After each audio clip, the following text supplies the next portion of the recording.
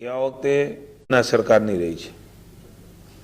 નાના મોટા વેપાર અને સ્વરોજગાર માટે નાગરિકોની સાથે સુખ અને દુઃખના ભાગીદાર એ રાજ્યની ભાજપની સરકાર રહી છે।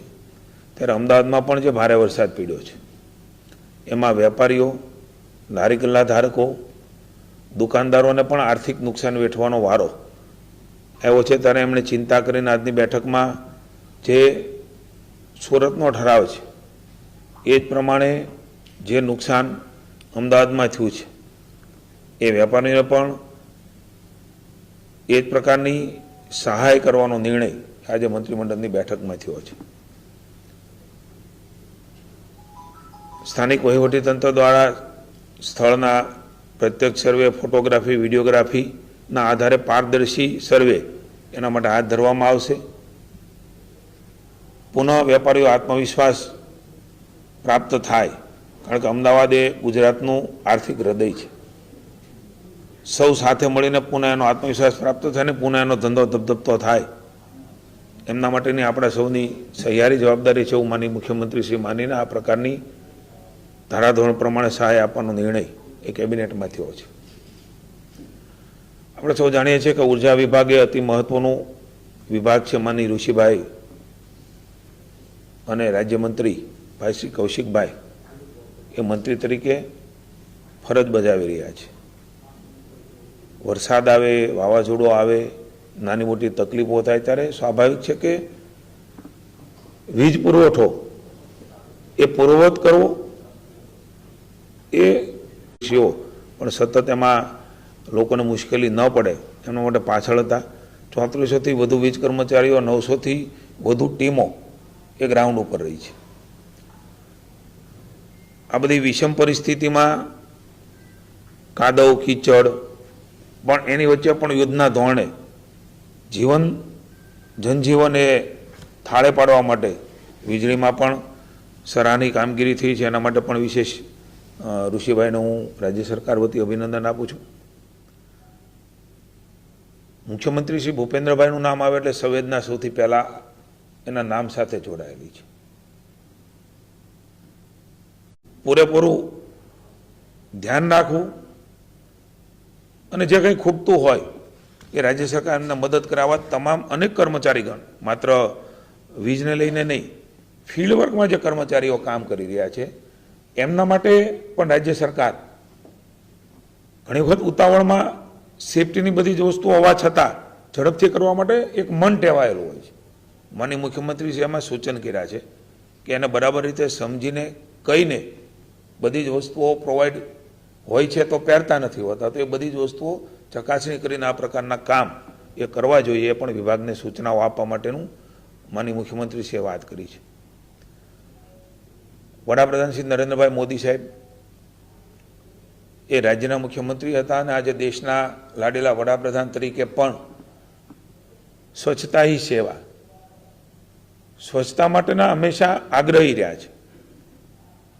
ગાંધીજીના વિચારોને લઈને સામાન્ય જનતા, ગરીબ જનતા એમને તકલીફ ન પડે, એમના કારણે અનેક રોગનો ભોગ ન બને, એના માટે જનજાગૃતિનું કામ અવિરતપણે મોદી સાહેબ કરતા રહ્યા છે। માનનીય મુખ્યમંત્રી ભૂપેન્દ્રભાઈ પણ અવારનવાર સાર્વજનિક રીતે સ્વચ્છતા આપણો જીવનનો ભાગ બને, આ કામ કોઈ એકથી, કોઈ સરકારથી, કોઈ મારાથી, તમારાથી માત્ર થઈ જશે એવું સરકાર માનતી નથી।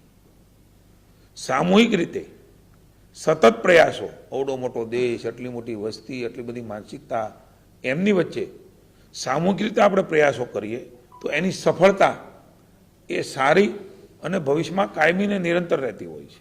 એટલે આ કોઈ એક ટૂંકા ગાળાનું દર વખતે સ્વચ્છતાની વાત કરવી, દર વખતે સ્વચ્છતા નથી થતી એની ચર્ચાઓ થાય, એટલા માટે હું કહું છું કે નિરંતર ચાલતી પ્રક્રિયા છે। દરેક વખતે માનસપટ પર આ જાગૃતિનું કામ સ્વયં તમે હું બધા ન કરતા રહીએ ત્યાં સુધી બધા જોડાએ અભિગમ સાથે માનનીય મુખ્યમંત્રીશ્રીએ સ્વચ્છ ભારતના સપનાને, માનનીય મોદી સાહેબના સપનાને સાકાર કરવા માટે થઈને દર મહિનાના પહેલા રવિવારે સવારમાં 1 કલાક એ આપવાનો, શ્રમદાન કરવાનો નિર્ણય એ થયો છે। પહેલો રવિવાર હવે આ મહિનાનો આવવાનો છે, ત્યારે તમામ લોકોને આ મુહિમમાં જોડાવા માટે હું વિનંતી કરું છું. સવારે 8 થી 9 1 કલાક આપણે સાથે મળીને શ્રમદાન કરીએ અને આ ભગીરથ કાર્ય એ સેવાના ઉત્તમ કાર્યના આપણે સહભાગીદાર ને સાથી બનીએ.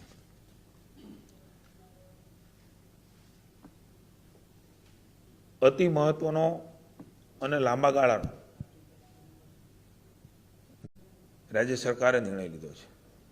માત્ર શહેર નહીં, ગામતળમાં પણ જ્યાં પાણીનો ભરાવો વધુ થતો હોય તેવા તમામ જે ડામરના રસ્તાઓ છે એને પણ ક્રમાનુસાર, કારણ કે આ લાંબી પ્રક્રિયા છે, એને પણ સીસી રોડમાં ફેરવાશે જ્યાં હેવી વાહનો નીકળે છે. એ જગ્યા ઉપર પણ રાજ્ય સરકારના જિલ્લા પંચાયતના આરએનબીના રસ્તાઓ છે, એમાં પણ આ પ્રકારે હેવી લોડેડ વાહનો હોય કે પાણી ભરાતું હોય એમાં પણ સીસી રોડ કરવાનો નિર્ણય એ માનીય ભૂપેન્દ્રભાઈ લીધો છે. સુવિધા પથનું કામ તો ઘણી જગ્યાએ ચાલી રહ્યું છે, એને પણ વધુ વ્યાપ કરવાનો નિર્ણય લીધો છે. અતિ ભારે મેં કહ્યું એમ કે ઔદ્યોગિક વિસ્તાર છે, એના સીસી રોડ બનાવવાનું કામ ચાલુ હતું કે જ્યાં હેવી લોડેડ વાહન નીકળે છે, એનો વ્યાપક અને એનો વ્યાપ વધારવાનો નિર્ણય પણ આજે કેબિનેટમાં લીધો છે.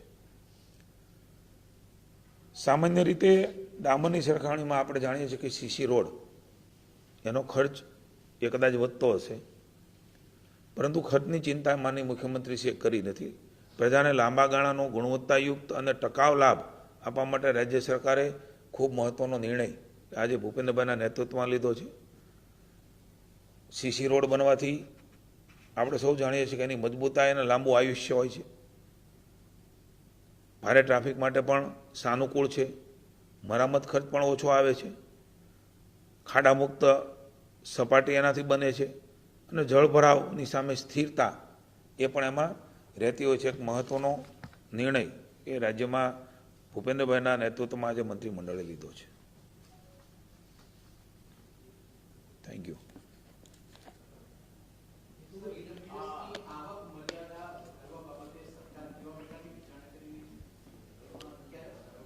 સમયાંતરે બધી જ વિચારણાઓ અને વ્યવસ્થાઓ નિરંતર થતું હોય છે. નિર્ણય થાય એટલે આપણે જાણ કરીશું. આ પ્રકારનું નુકસાન છે, કારણ કે આપણે જાણીએ છીએ કે વરસાદના પ્રકારો અને નુકસાનીના પ્રકારો અલગ અલગ હોય છે. હંમેશા રાજ્યની સરકાર સંવેદનાથી જ્યાં જેવી પણ ડિમાન્ડ આવે એનો સર્વે કરીને એ પ્રકારે કામ કરશે.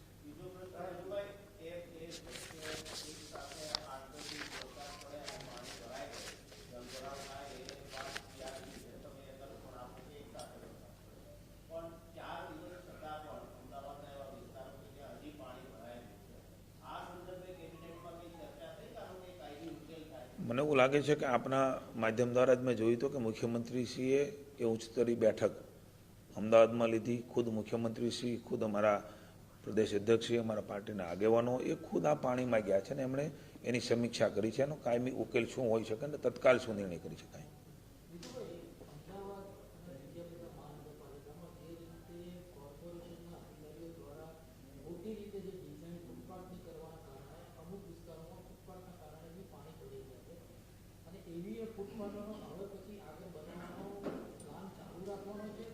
ના ના, કોઈ પણ અનુભવના આધારે નિર્ણયો થતા હોય. આજે માનનીય મુખ્યમંત્રીશ્રીએ નેશનલ હાઈવેમાં પણ જે પાણી ભરાણા છે આપ જાણો છો, એની પણ ચીફ સેક્રેટરીને સૂચના આપી છે કે ત્યાં પણ પાણીના નિકાલ માટેની કોઈ વ્યવસ્થા ન થઈ હોય અને બની ગયા હોય તો એનું પણ એક કાયમી ઉકેલ આવે એ માટે તેને રાજ્ય આખું સર્વગ્રાહી રીતે એ ડિપાર્ટમેન્ટ જોઈ રહ્યું છે કે ભવિષ્યમાં એના નિરાકરણ શું શું હોઈ શકે. કારણ કે એક હારે 45 ઇંચ વરસાદ, એક હારે 35 ઇંચ વરસાદ, એમાં પણ કોઈ નિકાલના કારણે સમસ્યા ઊભી થઈ હોય તો એના પણ રસ્તાઓ કાઢવાનું સૂચના આપી છે. Thank you. Thank you.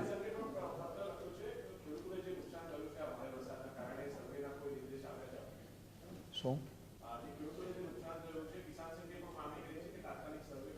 મેં હમણાં જ મારી વાતમાં કહ્યું કે તમામ બાબતો માટે રાજ્ય સરકાર એ ખૂબ સંવેદનશીલ છે.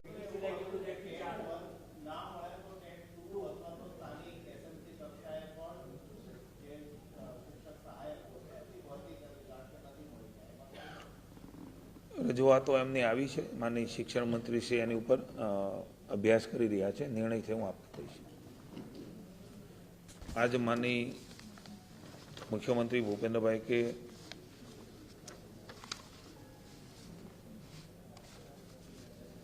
नेतृत्व में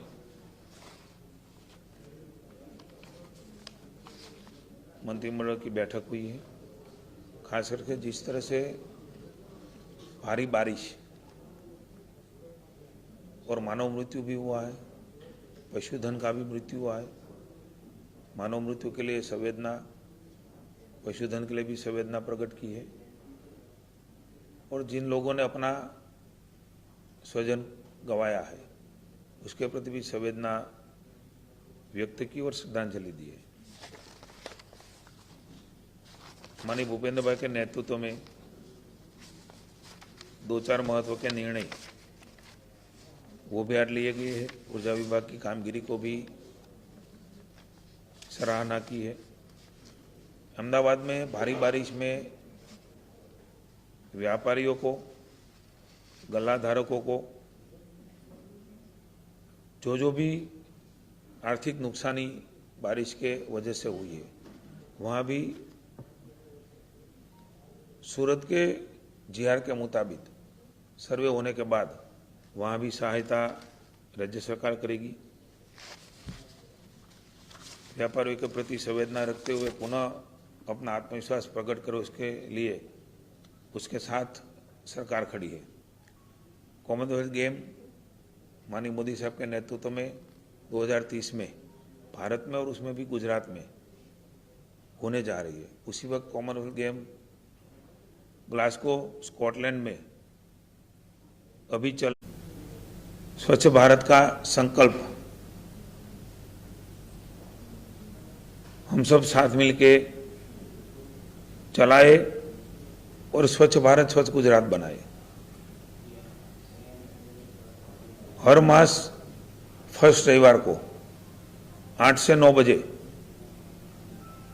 स्वच्छता का कार्यक्रम चलेगा। ये स्वैच्छिक रहेगा।